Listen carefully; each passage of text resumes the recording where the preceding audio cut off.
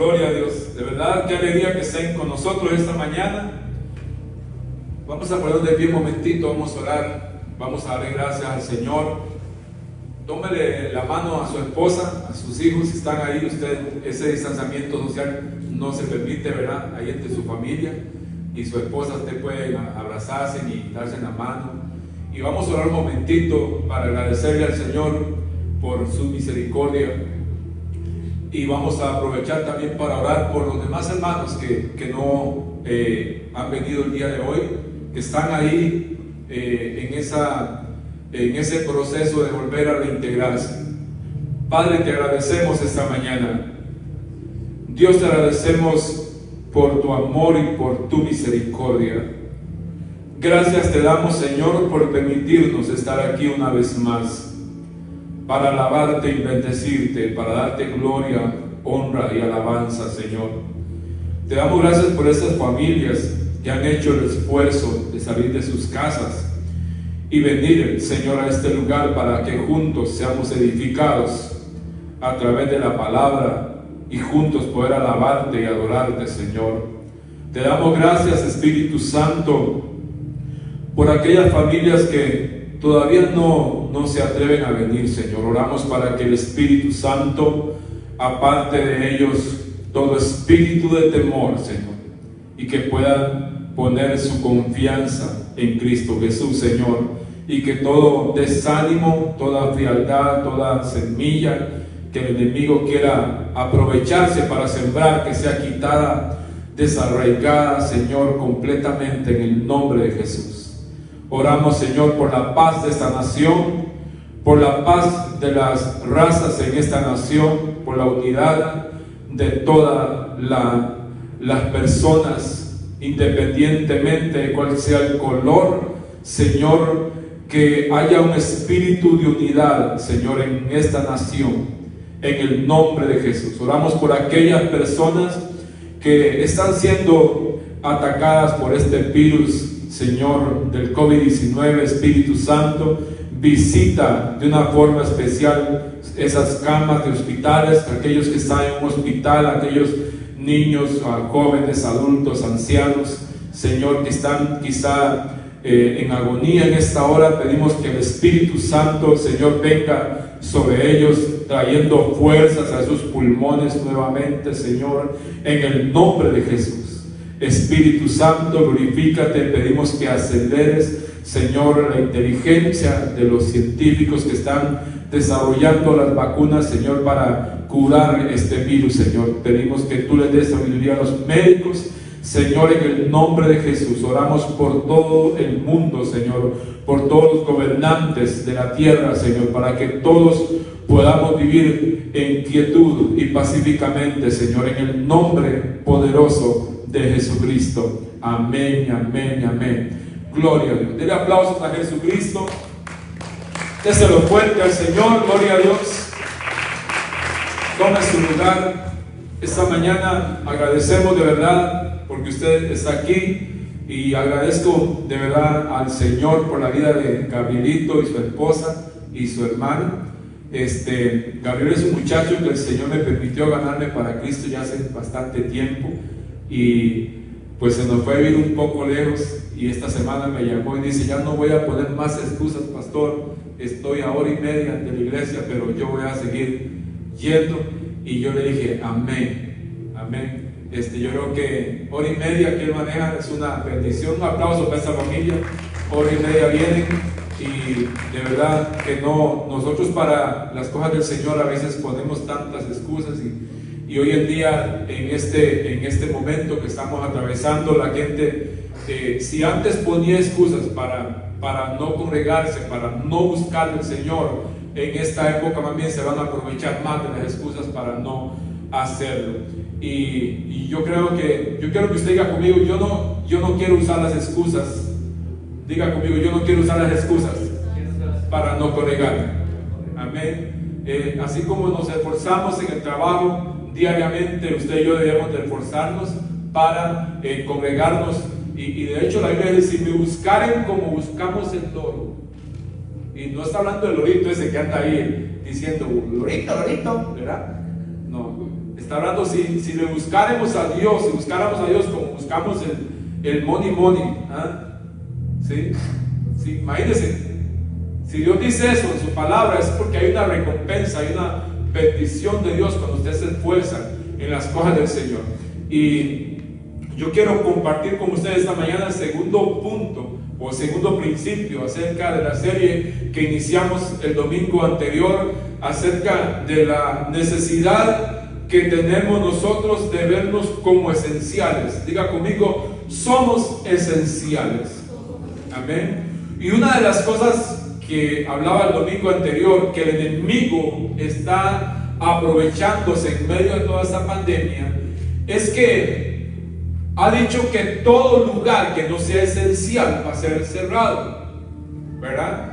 Que es prohibido reunirse, que es prohibido hacer esto y hacer lo otro. Y miré una publicación de una página que a mí me gusta mucho, Noticias Cristianas se llama, y esta página está hablando de un reportaje de una congregación en Argentina, que ellos decidieron convertir la iglesia en forma de un bar, porque en Argentina no prohibieron cerrar los bares, pero las iglesias sí las prohibieron. Y entonces lo que el pastor y los líderes determinaron hacer es hacer como un tipo bar al frente en el stage, y las mesas, las familias se sentaban como en un bar, y los sugieres y líderes andaban trayendo, atendiendo las mesas como que si fueran meseros o meseras, ¿verdad? Y ellos lo hicieron de una forma de protestar para decirle al gobierno que así como un bar había sido declarado esencial, que con mucho más razón una iglesia tiene que ser esencial. Y entonces, mirando eso, y me he dado la tarea de estar investigando un poco de cómo se está moviendo la iglesia, no solamente en Argentina, sino en otros países en medio de toda esta situación, y uno se encuentra cada cosa que está pasando. Por ejemplo, aquí en una ciudad de Estados Unidos, unas mujeres creyentes decidieron ir a pararse fuera de una clínica de aborto a orar para que el Señor trayera convicción sobre aquellas mujeres que se van a practicar el aborto. ¿Por qué lo hicieron? Porque Estados Unidos y muchísimos estados determinaron que los bares son esenciales y que las clínicas de aborto son esenciales, pero una iglesia no era esencial. De hecho, varios pastores pararon en la cárcel al inicio de la pandemia, porque ellos decidieron tener sus reuniones normalmente. Al otro día, 2 días después, lo sacaron. Ahorita hay una iglesia de un pastor acá en Tampa, Florida, que a ese fue uno de los primeros pastores que metieron a la cárcel porque él decidió abrir la iglesia. Pero él se levantó y entonces dice: ok, no me permiten abrir el edificio. Entonces rentaron un gran parqueo, le pusieron gramilla esa artificial, alquilaron de esas carpas que se ponen afuera y pusieron un stage enorme con sonido enorme, y se dedicaron a predicar y a hacer culto todos los días. Y actualmente están llegando entre 5,000 y 8,000 personas todos los días a esos cultos acá en Tampa, Florida, porque se levantaron en contra de aquello que estaban diciendo que la iglesia no es esencial. Estas mujeres que fueron y se pararon frente a esa clínica de aborto para hablar, no para gritar, no para lanzar insultos a los médicos y a las personas que estaban entrando ahí, sino nada más que tenían un letrero diciendo que ellas estaban orando por las mujeres para que pudieran tomar la decisión de no quitarle la vida a un bebé que está dentro de sus vientres. ¿Sabe qué hizo la policía con ellas? Se las llevó y las metieron a la cárcel. ¿Por qué está sucediendo esto? Y yo quiero que usted y yo analicemos y entendamos y que podamos pensar desde el punto de vista de Dios, desde el punto de vista de la palabra del Señor. ¿Por qué el enemigo está haciendo las cosas de esa manera? Porque hay algo que el enemigo detesta y odia. Y usted y yo debemos de entender que nuestra lucha no es contra carne ni sangre. Nuestra lucha no es contra el gobierno o contra el gobernador del estado. Nuestra lucha es una lucha espiritual. Y Satanás sabe que cuando una iglesia cristiana se reúne para alabar y adorar a Dios y predicar el evangelio de Jesucristo, Satanás no está nada feliz de que eso suceda. Y entonces él usó toda esta situación para tratar de callarle la boca a la iglesia, para que la iglesia no adore ni alabe a Dios, para que la iglesia no se congregue, para que la iglesia no predique el evangelio, para que la iglesia no busque el rostro del Señor. ¿Y sabe qué es lo peor de todo eso? Es que muchísimas iglesias y pastores caímos en ese juego.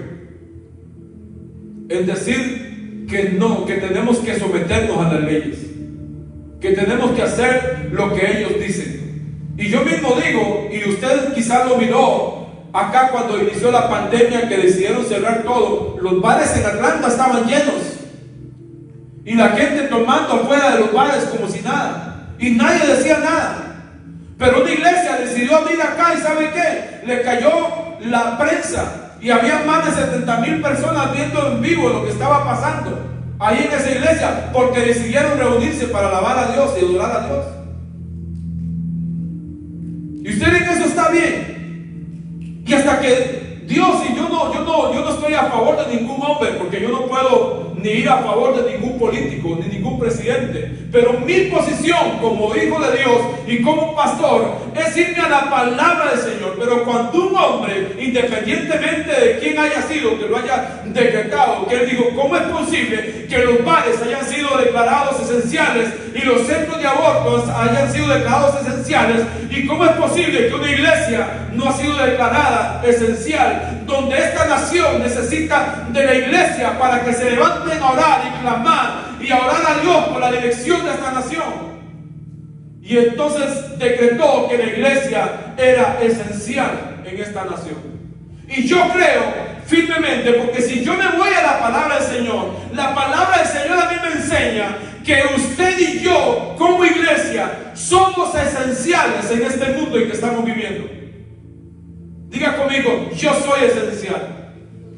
¿Sabe qué significa yo soy esencial? Yo soy importante. Diga conmigo, yo soy importante.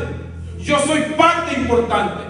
Cuando inició todo esto, decían que iba a haber toque de queda, que no se podía trabajar, que no podía nadie salir a hacer esto y lo otro. Y entonces había temor, y yo decía, ¿y ahora cómo vamos a trabajar?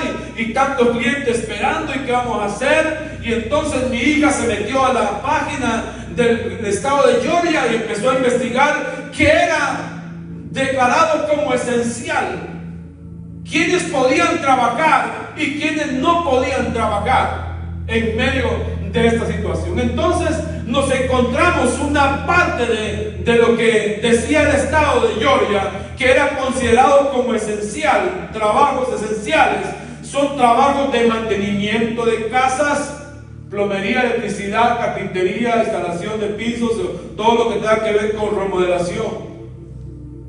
Si me para la policía no pueden hacerme nada. De hecho, le estamos haciendo un trabajo a un policía. Tengo muchos clientes que son policías. Y el Señor me dice, mira, Carlos, hazte el papel usted nomás en el carro. La policía no te va a parar por andar trabajando, porque su trabajo es esencial. Cuando yo entendí que mi trabajo era esencial, olvídate, el temor lo dejé a un lado. El miedo lo dejé a un lado. Hicimos un papel haciendo constar la dirección, el número de teléfono donde íbamos a trabajar, si por aquello que nos para la policía. Pero el enemigo se aprovecha de todo para traer temor y duda en nosotros. Y nosotros, ¿saben qué? Salimos todos los días a trabajar y nunca nos paró un solo policía porque andábamos trabajando. Y Dios nos sostuvo. ¿Por qué? Porque cuando usted y yo logramos entender de que somos esenciales, todo cambia. Y cuando usted y yo logramos entender que como iglesia, usted y yo, cuando logramos entender que como hijos de Dios somos esenciales, somos algo importante para la sociedad, para el mundo, inclusive para nuestra propia familia. Porque imagínense que todos entremos bajo un espíritu de temor y miedo, y que entonces digamos: ya no me congrego, ya no voy a buscar de Dios, ya no voy a la iglesia, ya no voy a leer la palabra.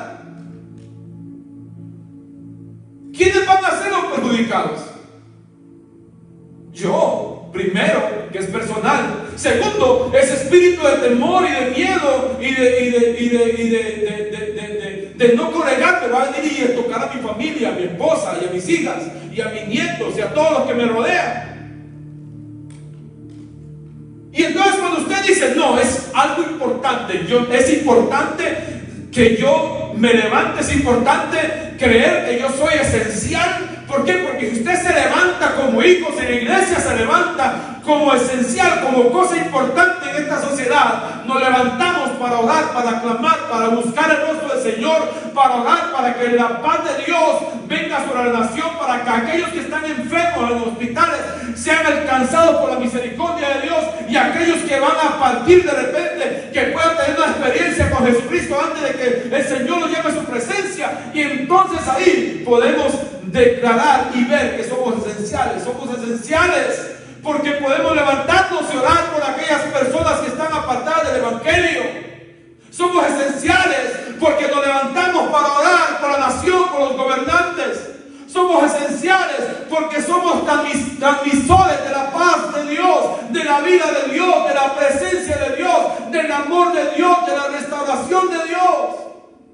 ¿A quién más va a acudir la gente en una situación como la que estamos viviendo? Porque hay dos tipos de manifestaciones que se están dando ahorita en la nación. No sé si usted sabe, hay dos tipos de manifestaciones. Hay una manifestación que se está lanzando con violencia para protestar contra aquellos policías que están matando a personas de color. Con violencia. Destruyen edificios, queman edificios, destruyen carros, invaden negocios y roban. ¿Sabe quiénes son los que están llevando ese tipo de manifestación? Son aquellos hombres y mujeres que no conocen del Evangelio, que creen que de esa manera ellos pueden traer un cambio a la nación. Pero hay otro tipo de manifestación que se está dando en las calles de Estados Unidos. ¿Saben cuál es? Es de iglesias, líderes, pastores y ministerios que están decidiendo salir a protestar pacíficamente por las calles antes de que venga las protestas de violencia.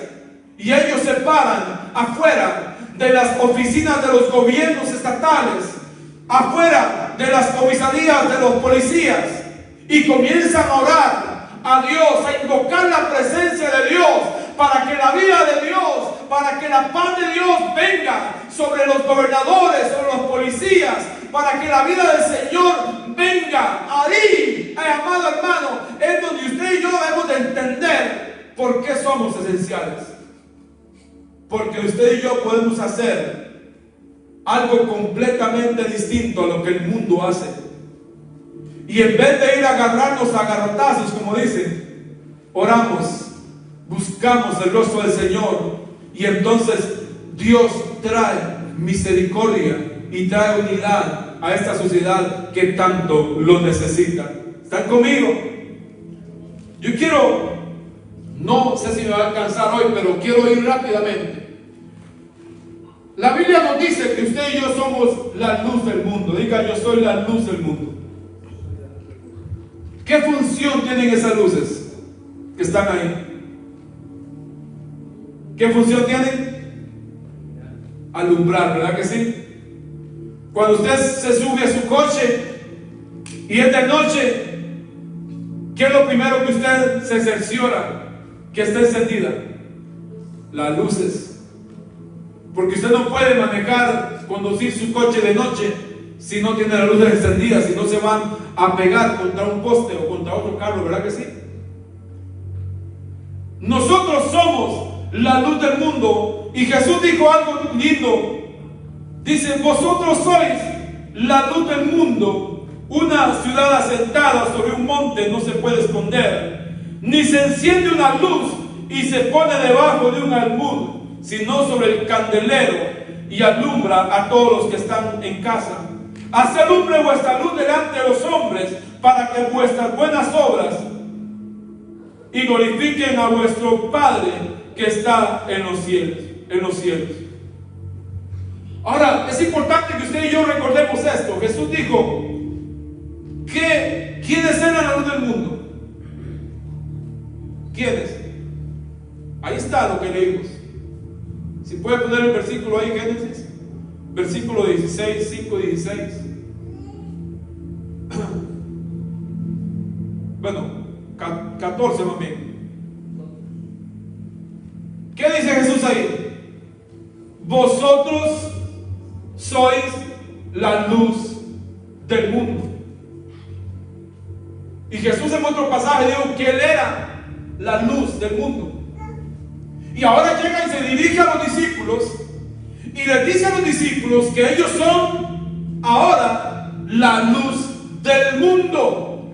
Una ciudad asentada sobre un monte, dice Jesús, no se puede esconder. Entonces, ¿por qué Jesús dice que una ciudad asentada sobre un monte? ¿Qué es lo que hace una luz? La luz, por lo general, casi siempre están en una parte alta, ¿verdad que sí? ¿Para qué? ¿Por qué están arriba esas luces? ¿Por qué razón? Para alumbrar los que están abajo. Y Jesús dijo Jesús, vosotros sois la luz del mundo, una ciudad asentada sobre un monte. O sea, dice, y una ciudad asentada sobre un monte no se puede esconder. Está diciendo que la iglesia de Cristo, ¿quién es la iglesia del Cristo, del Señor?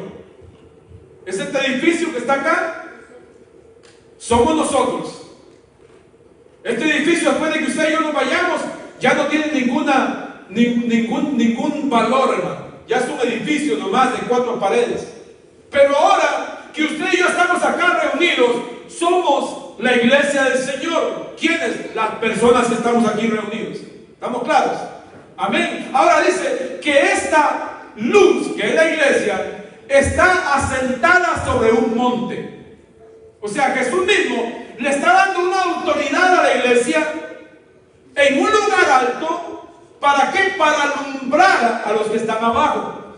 Eso quiere decir que la iglesia ocupa una posición de autoridad, y aquellos que no conocen la verdad de la palabra del Señor ocupan una posición de oscuridad.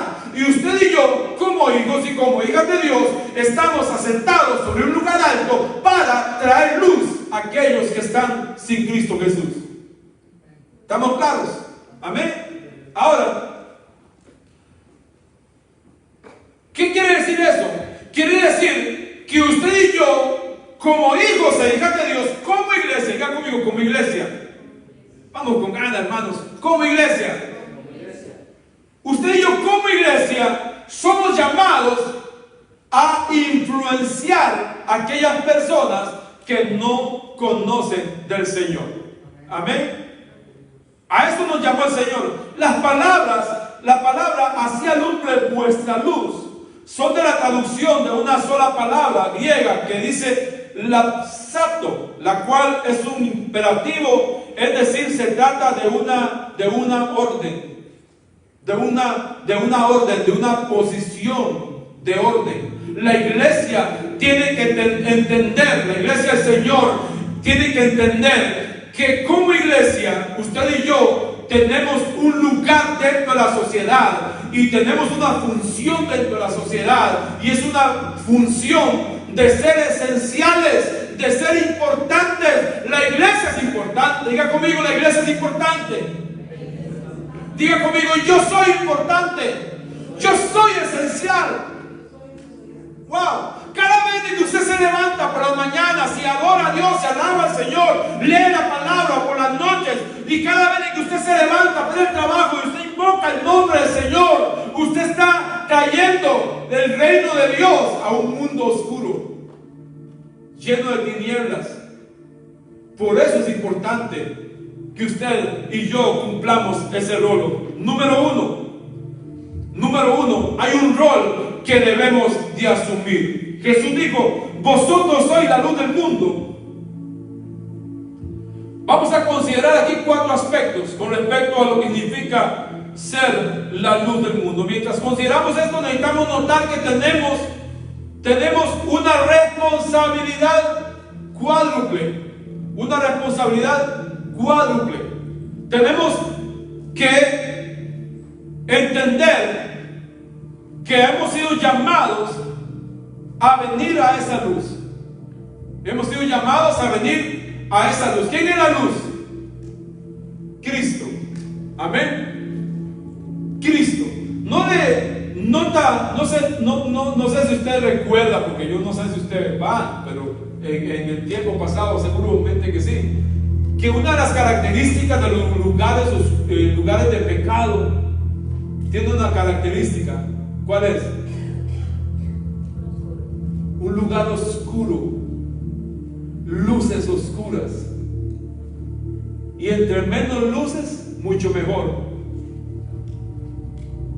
Usted podrá decir, ¿para qué? Bueno, yo podría decirle varias cosas. ¿Por qué? Porque cuando están bien tomados los hombres, ni cuenta se dan si la mujer era bonita o era fea.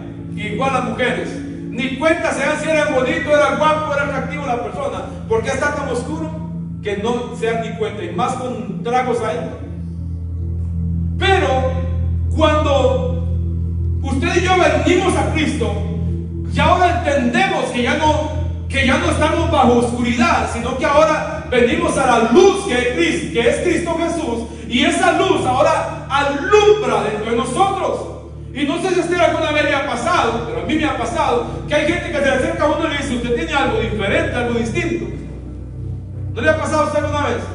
Un día llegó, hace unos días llegué a un trabajo y estaba un señor cortando zacate ahí, cortando la yarda, un señor hondureño, y yo estaba remodelando un baño, y mientras estaba ahí arriba, bueno, yo lo saludé al señor y todo, pero algo me decía, miraba algo diferente en este señor. Y entonces dije yo voy a hablar con él. Y me dice, oye hermano, estaba pensando en usted, me dice. Yo le digo, sí. Me dice, sí, bendito sea Dios. Y le digo, oye, ¿qué estaba pensando? No sé, me dice, es que yo miré que usted es alguien diferente. O le digo, yo también venía a decir lo mismo a usted.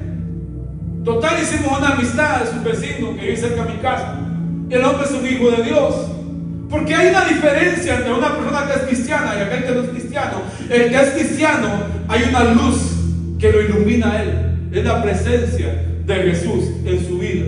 Amén. Jesús es esa fuente de luz. De hecho, en Juan capítulo 3, a ver si me lo ponen en la pantalla, Juan capítulo 3, versículo 19 al 21, dice, y esta es la condenación. Esta es la condenación. Escuche esto, que la luz vino al mundo. ¿A dónde vino la luz? Al mundo. ¿Quién era la luz? Jesús. Amén. Que la luz vino al mundo, y los hombres, ¿qué hicieron los hombres? Amaron más las tinieblas que la luz. Por eso a veces uno se hace la pregunta, ¿por qué razón la gente le cuesta tanto acercarse a la luz? ¿Sabe por qué? Porque los hombres por naturaleza les gusta más amar las tinieblas que a la luz. Dice, porque los hombres amaron más las tinieblas que la luz. Ahora, ¿por qué aman los hombres más las tinieblas que la luz? Ahí está la respuesta. ¿Qué dice? Porque sus obras eran malas. ¿Sabe por qué? Porque una de las características de la luz es que la luz descubre realmente lo que hay dentro de nosotros.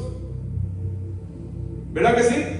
Usted llega a una habitación y está cerrada con luces apagadas y usted no enciende ninguna luz y usted no sabe qué hay ahí dentro, ¿verdad que sí? Pero cuando usted enciende la luz, usted puede darse cuenta que hay en esa habitación y usted puede encontrar lo que hay ahí dentro. Así es nuestra vida con el Señor.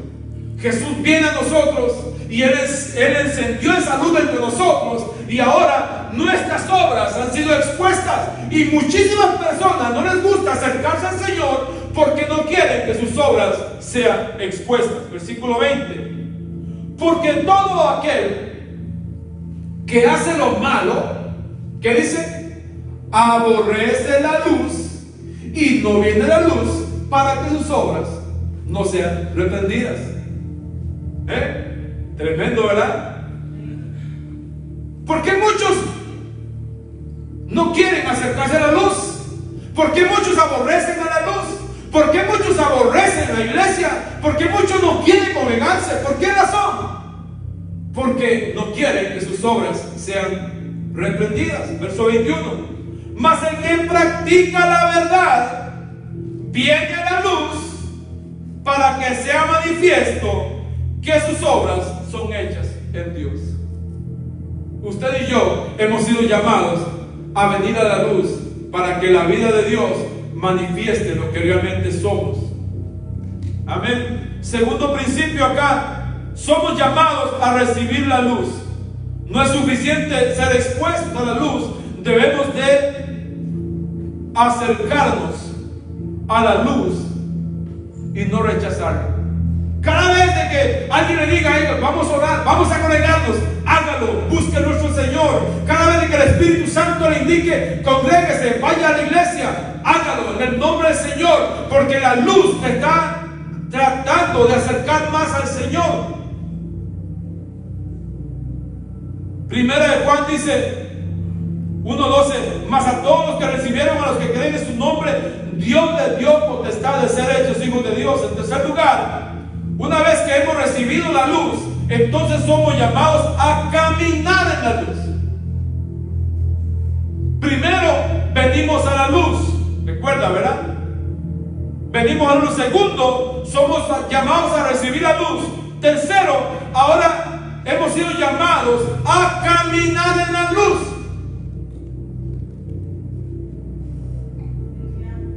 Aleluya. Ahora veníamos para acá y ahí cerca de mi casa hicieron unas rotondas, la calle la cambiaron, las direcciones. Y una señora, casi siempre son los chinitos, ¿verdad?, que se meten en problemas. Chinita, la señora se metió contra mí y no se dio cuenta. Y cuando vio que todos los carros venían hacia ella, no tuvo opción que meterse al pasto. Wow, así es todo aquel que no camina en la luz, va en la vida como contravía. Va contravía y entonces se va a meter en problemas. Ahora, aquí en Efesios capítulo 5, versículo 8, Efesios capítulo 5, versículo 8 dice lo siguiente: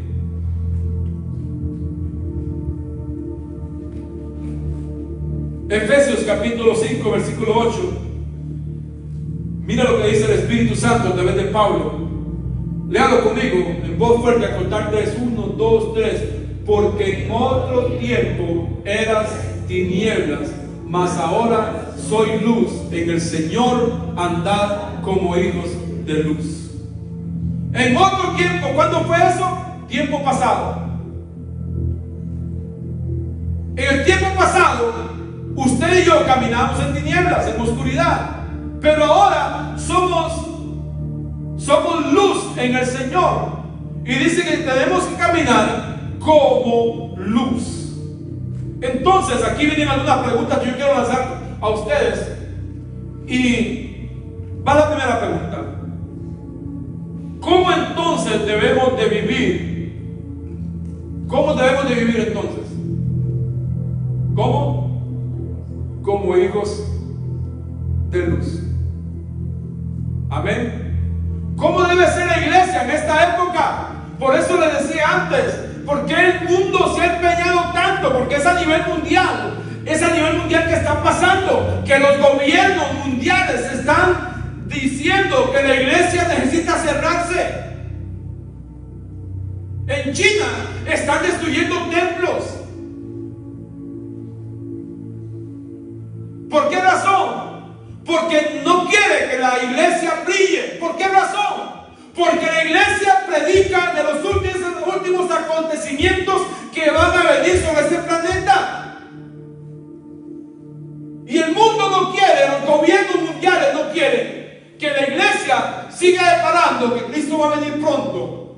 Porque cuando venga, ellos quieren manipular todo para que parezca como que no fue el rapto de la iglesia, para establecer un gobierno mundial. Por eso somos esenciales. Juan se refiere a sí mismo, por ejemplo, en Primera de Juan, capítulo 1, Primera de Juan, primer libro de Juan, capítulo 1, versículos 5 al 7. Apenas estoy en el primer punto y ya luego el otro domingo vamos a seguir con nuestra parte. Primera de Juan, capítulo 1, versículos 5 al 7 dice: este es el mensaje que hemos oído de él y os anunciamos. ¿Qué dice ahí? Diga conmigo: Dios es luz. Dios es luz y no hay ninguna tinieblas en él. Wow. Diga conmigo: Dios es luz. Yo soy luz también. Amén. Dice: Dios es luz y no hay ninguna tinieblas en él. Verso 6: si decimos que tenemos comunión con él, andamos en tinieblas, mentimos y no practicamos la verdad. Pero si andamos en luz, como él está en luz, tenemos comunión unos con otros, y la sangre de Jesucristo su Hijo nos limpia de todo pecado. Amén. Gloria a Dios. Cuarto principio, y con este cuarto principio termino el primer punto. Somos llamados a reflejar esa luz. Entonces vamos a resumir aquí brevemente. Número 1, hemos sido llamados a venir a esa luz. Amén. Número 2, hemos sido llamados a recibir la luz, que es Cristo. Número 3, hemos sido llamados a caminar en la luz. Y número 4, hemos sido llamados a reflejar esa luz que es Cristo Jesús. Mateo capítulo 5, versículo 14 al 16, lo que leímos. Y vamos a leer ahí Juan capítulo 9. Juan capítulo 9, versículo 5. Mira lo que dice Jesús. Juan capítulo 9, versículo 5. 9, 5. Entre tanto que estoy en el mundo, ¿qué dice Jesús? Luz soy del mundo. Entre tanto que estoy en el mundo. Verso entre tanto que es luz soy del mundo. Pero cuando Jesús regresó del cielo, él dejó a los cristianos. Entonces, entre tanto que él estaba acá en la tierra, Jesús era la luz del mundo, ¿verdad que sí? Por eso le dijo a los discípulos anteriormente, lo que leímos al principio, que le dijo a los discípulos: ustedes son la luz del mundo. Ahora, Jesús lo que está diciendo es: yo, entre tanto que yo estaba aquí con ustedes, yo era la luz que alumbraba el mundo. Pero ahora yo les declaro, les delego a ustedes esa responsabilidad, esa función. Ahora, así como yo era esencial en ese entonces, ahora ustedes son esenciales para el mundo. Ahora ustedes van a ser la luz del mundo. Amén. Por eso es tan importante que usted y yo podamos entender y analizar bien esto. El apóstol Pablo dice en Filipenses capítulo 2, versículo 14. Filipenses capítulo 2, versículo 14.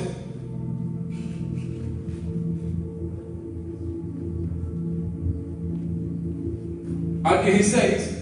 Dice, haced todo sin murmuraciones y contiendas, para que seáis irreprensibles y sencillos, hijos de Dios, sin mancha, en medio de una generación maligna y perversa, en medio de la cual resplandecéis como luminares en el mundo. ¡Wow! Diga conmigo, ¡wow!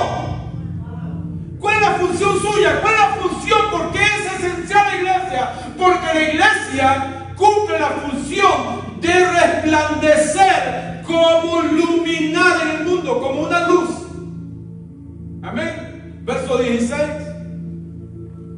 dice, ha sido de la palabra de vida, para que en el día de Cristo yo pueda gloriarme de que no he corrido en vano, ni en vano he trabajado. Gloria a Dios. Es importante que usted y yo podamos entender que somos esenciales, que es importante que yo persevere, que es importante que usted siga firme en el Señor. ¿Sabe? Porque usted está marcando el destino eterno, no solamente suyo, sino de sus generaciones, de sus hijos, de sus hijas, de sus nietos y nietas. Aleluya. Por eso es importante. Aquellos que siguen a Jesús tienen que reflejar la luz que está en sus vidas. Mientras nuestras vidas reflejen la vida de Cristo en el mundo, estamos bien. Y ahí tenemos que preguntarnos, ¿reflejo yo a Cristo? ¿Refleja mi comportamiento que soy un hijo o una hija de Dios? Mis compañeros o compañeras de trabajo, aún mis vecinos, ellos, de verdad, yo estaré reflejando la vida del Señor en ellos. Porque no se crea, en el trabajo, yo me pregunto a veces, y yo digo, ¿reflejo yo al Señor con mis trabajadores? ¿Reflejo yo al Señor con mis clientes? Y yo tenía mi email donde paso los estimados, mi hija los pasa y todo, y decía el email, ¿sabe que le hacen un perfil ahora en el email de uno? Sí, mi perfil de email dice Pastor Carlos Romero. Y a todos mis clientes, el Pastor Carlos. Y ayer me metí, mejor dije, voy a quitar la palabra pastor. Porque qué tal que haga algo mal. ¿Quién va a quedar mal, yo o Dios? Solo Carlos.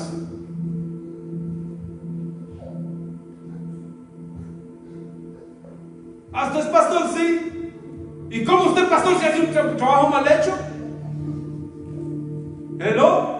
¿Cómo que usted es hijo de Dios y se comporta indebidamente? Y me causó curiosidad porque andaba dando un estimado ahí en un barrio cerca de mi casa, y pasé por ahí y me dio un señor batallando con una maquinita de sprayar que apenas se alcanza como para pintar una puerta, ¿sabe? Una maquinita que apenas chiquitica, ¿verdad? Y yo, pues mi intención de verlo batallando, yo dije, voy a ofrecerle mis servicios y yo le puedo ayudar, que me dé algo y yo le ayudo a sellar la casa, ¿verdad? Y entonces llego y le doy mi tarjeta y si en algo lo puedo ayudar, me llamas. Al otro día me llamó y yo, venga, spráyeme la casa, porque tenía 3 días él y otro amigo pintando solo el frente de la casa. Imagínense, donde yo en 3 días hago toda la casa. Entonces, cuando llego ahí, empiezo a ver, cuando llega, ya viene mi voz, ya viene mi voz. Cuando llega el boss con una ven de familia bien mala, los vidrios quebrados, el vidrio trasero quebrado. Y no solamente eso, sino que cuando llego, el señor ese sale a la parte de atrás, ¿qué, Carlos? Ya voy, sale con una cervezota en la mano ahí caminando.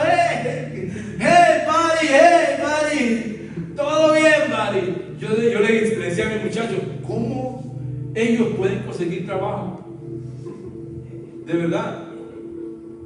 Y no solamente eso, cuando se baja el boss, ¿verdad? De la ven, un señor jamaiquino chino, o chino jamaiquino, con unos chores aquí rarísimos,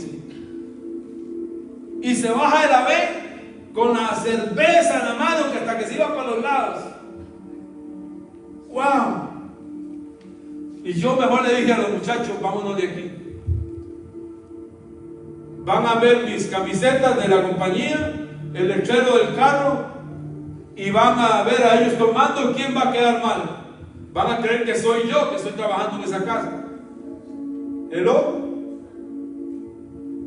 Usted y yo somos llamados a reflejar la vida de Dios, la luz de Dios, porque somos luz del mundo. Tenemos que marcar la diferencia en todo lo que hacemos. Y termino con este principio. El llamado puede ser, en otras palabras, de esta manera, para todos.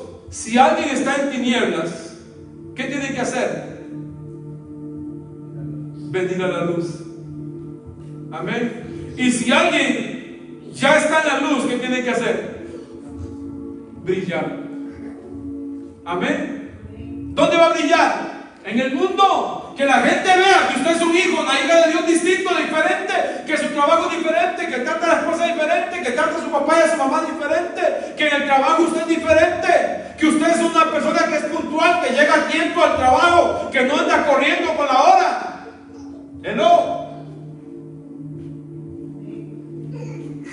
Yo le voy a decir, Ivancito, voy a usarlo como testimonio a usted, pero una de las cosas que a mí me impresiona de Iván y de Pablo es que ellos trabajan de una manera que yo digo, wow, ¿cómo hacen? Porque todo limpio. Y yo digo que así debe ser un hijo de Dios. Y yo recuerdo, yo trabajé con un señor y él decía, porque una vez tuvo que pedir prestada una máquina, porque se le había dañado la de él, y usamos esa máquina y lavamos una casa enorme, y ese señor, después de que terminamos, agarró esa máquina y la limpiaba por todo lado, hasta las llantas, todo lo limpiaba. Y yo le decía, ya está bien. Dice, no, porque yo tengo que entregar las cosas mejor que como a mí me las dieron, porque yo soy el hijo de Dios. ¿Hello? ¿Sabe hasta dónde se ve reflejado que usted es un hijo de Dios? Hasta en su carro. ¿Cómo lo tiene limpio? ¿En serio? No, es que es del trabajo. Ahí se refleja la vida de Dios. Usted y yo hemos sido llamados a hacer luz, hasta en el corte del cabello, del pasto de la casa. Del cabello, el corte de la casa, del pasto. Wow, ¿en serio? O sea, todo es un comportamiento, un estilo de vida. Pongámonos de pie, vamos a darle gracias a Dios. Que ya quisiera seguir, pero yo sé que ustedes quieren ir a invitar a los pastores a comer en un lugar bueno, ya que están abiertos los restaurantes. No se puede. Pero se aceptan invitaciones, vamos con máscara. Y si no vamos con la máscara esa que tiene un hoyito así en la boca, ¿verdad? Entonces se puede abrir. Padre, te damos gracias en esta mañana, Dios. En el nombre de Jesús, Espíritu Santo, te agradecemos, Señor Jesucristo. Padre, te damos gracias.